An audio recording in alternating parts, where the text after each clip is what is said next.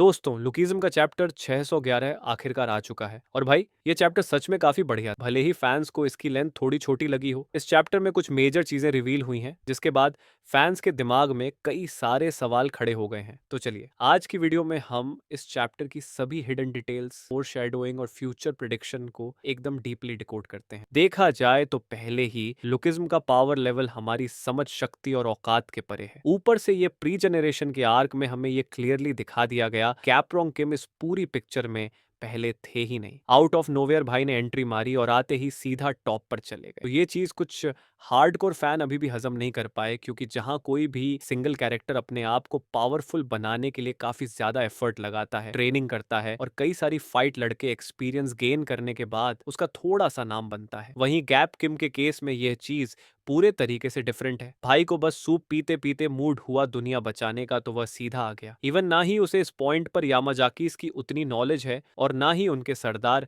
शिंगेन के बारे में कुछ पता है। भाई को बहस करते हुए लड़की पसंद आ गई तो सीधा प्रपोज करने लग गया। प्रपोज करते हुए फीलिंग कुछ ज्यादा ही जाग गई तो सीधा ही बोल दिया कि बच्चे ही पैदा कर देंगे और ये नाम रखेंगे उनका। वैसे इस चैप्टर में गैप्रोंग किम ने खुद ही अपने नाम का पूरा मीनिंग बताया कि आखिर क्यों उनको ड्रैगन बैक या ड्रैगन फिस्ट कहा जाता है। तो चलो अब उनसे जुड़ी इस चैप्टर में रही कुछ खास डिटेल्स को पॉइंट आउट करके बताता हूँ, वह भी फुल डीप मीनिंग के साथ। हमने देखा कि इस चैप्टर के अंदर गैप किम हर खूबसूरत लड़की को कैसे प्रपोज करते हैं, बिल्कुल एक जेंटलमैन की तरह एक घुटने पर बैठकर बोतल में व्हाइट फ्लावर डाल के। अब वैसे तो ये चीज हमें बहुत नॉर्मल लग सकती है, लेकिन अगर इसे ध्यान से डिकोड करें तो पीटीजे ने इन्हीं सारे पैनल्स के अंदर यह साफ हिंट दे दिया है कि गैप किम की डेथ का एक बड़ा सा रीजन प्यार है। भाई लॉन्डियो को जो सफेद फूल दे रहे हैं उसका असली नाम है व्हाइट क्रिसैंथेमम, जो कुछ हद तक कोरियन कल्चर में श्रद्धांजलि के तौर पर दिया जाता है।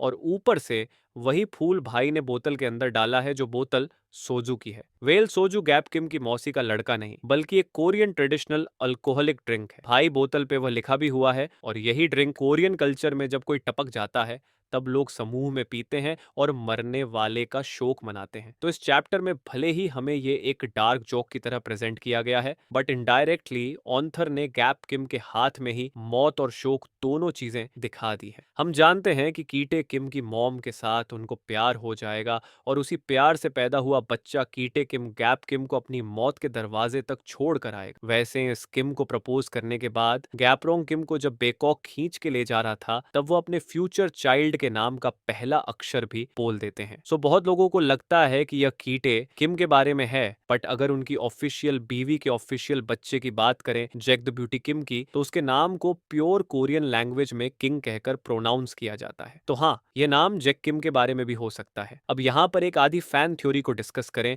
तो बहुत सारे लोग जो पहले ये चीज नहीं मानते थे कि गोकिम का फादर गैप किम हो सकता है, वो लोग इस लेटेस्ट चैप्टर में गैप किम की कुछ हरकतें देखकर थोड़ा बहुत ही सही लेकिन कन्विंस होने लगे हैं कि शायद शायद गोकिम का फादर भी गैप किम ही है। अब बाप से याद आया कि इस चैप्टर में दिखने वाला बाकुन और द रिक्शा ड्राइवर, उसका लुक भी थोड़ा बहुत जवान जीचेंग क्वेक की तरह लगा। एंड हमारे महामहिम टॉम ली अपने बैगर साम्राज्य के अंदर राजा की फॉर्म में दिखे, और साथ ही में वहां पर सीजेपी के एक दो रेफरेंस भी मिले जो उनके आभात खा रहे थे। अब बात करते हैं गैप किम की एक्चुअल पावर कन्विक्शन पे, जिसको अवेक करने के लिए उनके बेटे या डिसाइपल को एक्सट्रीम इमोशन या ब्लड को अवेक करना पड़ता है। लेकिन गैप किम सिर्फ अपनी विल पावर से ही इसको प्योरली यूज कर पाते हैं, और बिना कन्विक्शन के भी बंदा 4-5 या माजा की सोल्जर को घसीटता हुआ ले गया था। इवन गैप ने टॉम ली के यूनिक स्किल वाले मुंह को भी अपने नॉर्मल पंच से ही केंटर किया, उसमें जरा सा भी कन्विक्शन नहीं था। बस उस आखिरी पॉइंट पर यह रिवील हुआ कि अपने गैप के 3D के वायरस की तरह एम्बिडेक्स्ट्राउस है, जो परफेक्ट संतुलन के साथ अपनी दोनों मुट्ठियों का इस्तेमाल कर सकते हैं। अब यहाँ पर अगले चैप्टर के प्रेडिक्शन पर जाने से पहले जो भी सारे सवाल उठे हैं, मैं वो सब आपको बताना चाहूंगा। नंबर 1, जब साउथ कोरिया के अंदर यामाजाकी आ गए थे, तब वहां का प्रशासन, मिलिट्री या पुलिस क्या कर रही थी? वैसे इस चीज को कुछ फैंस ऐसे जस्टिफाई कर रहे हैं कि उस टाइम पर मैनेजर किम, जिनल पार्क और सैम डक जैसे बंदे मिलिट्री के अंदर सर्व कर रहे थे, इसीलिए इंटरनल मैटर पर उन लोगों का ध्यान नहीं था। लेकिन सच कहूं तो ये रीजन जरा सा भी ऑथेंटिक नहीं लगता।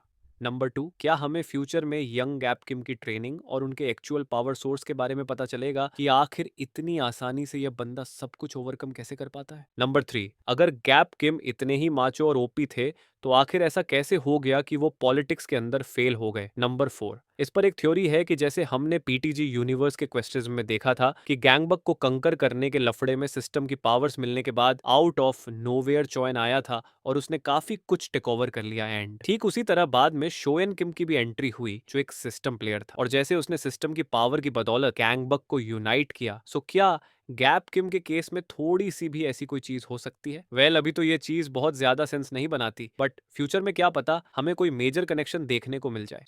चलो अब बात कर लेते हैं अगले चैप्टर्स के प्रिडिक्शन की, जिसमें हमें इलाइट का रिक्रूटमेंट होता हुआ दिख सकता है। एंड फाइनली हम वो आइकॉनिक मोमेंट विटनेस करेंगे कि फिस्ट गैंग कैसे बनी थी। इस चैप्टर की शुरुआत में गैप किम ने जो कारनामा किया था स्टैचू को तोड़कर, वो खबर यामाजाकीस के सरदार शिंगेन तक पहुंच जाएगी, लेकिन मुझे नहीं लगता कि इतनी जल्दी वह सीधा फाइट करने आ जाएगा। इसी सेम चैप्टर के अंदर जिन पार्क ने गैब्रियन किम को शिंगेन के 3 एग्जीक्यूटिव्स के बारे में भी बताया था, सो हो सकता है कि फिस्ट की पहली बिद्दंत उन लोगों के साथ ही हो। और हमें काफी टाइम पहले लुकिज्म के एक चैप्टर में जब प्रीजैन का पास्ट दिखाया गया था, तब कोजिमा ब्रदर्स भी गैप किम के फिस्ट के कुछ बंदों से फाइट किए थे, तो मे बी फ्यूचर में हमें वो पूरा सीन एपिक रिक्रिएशन के साथ फुल्ली एक्सटेंडेड वर्जन में दिख सकता है। आगे हमें लाइटनिंग जोई भी फिस्ट को ज्वाइन करता हुआ दिखेगा, और सबसे खास हमें गैप किम की राइवलरी जिनु जिन के साथ भी होती हुई दिखेगी। तो इन सारी चीजों के अलावा अगर आपके पास कोई अपनी यूनिक प्रेडिक्शन और थ्योरी है, प्लीज कमेंट्स में बताना। वीडियो पसंद आई है तो लाइक करके जाना और सब्सक्राइब करना मत भूलना। मैं मिलता हूं आपको लुकिज्म के अगले चैप्टर में।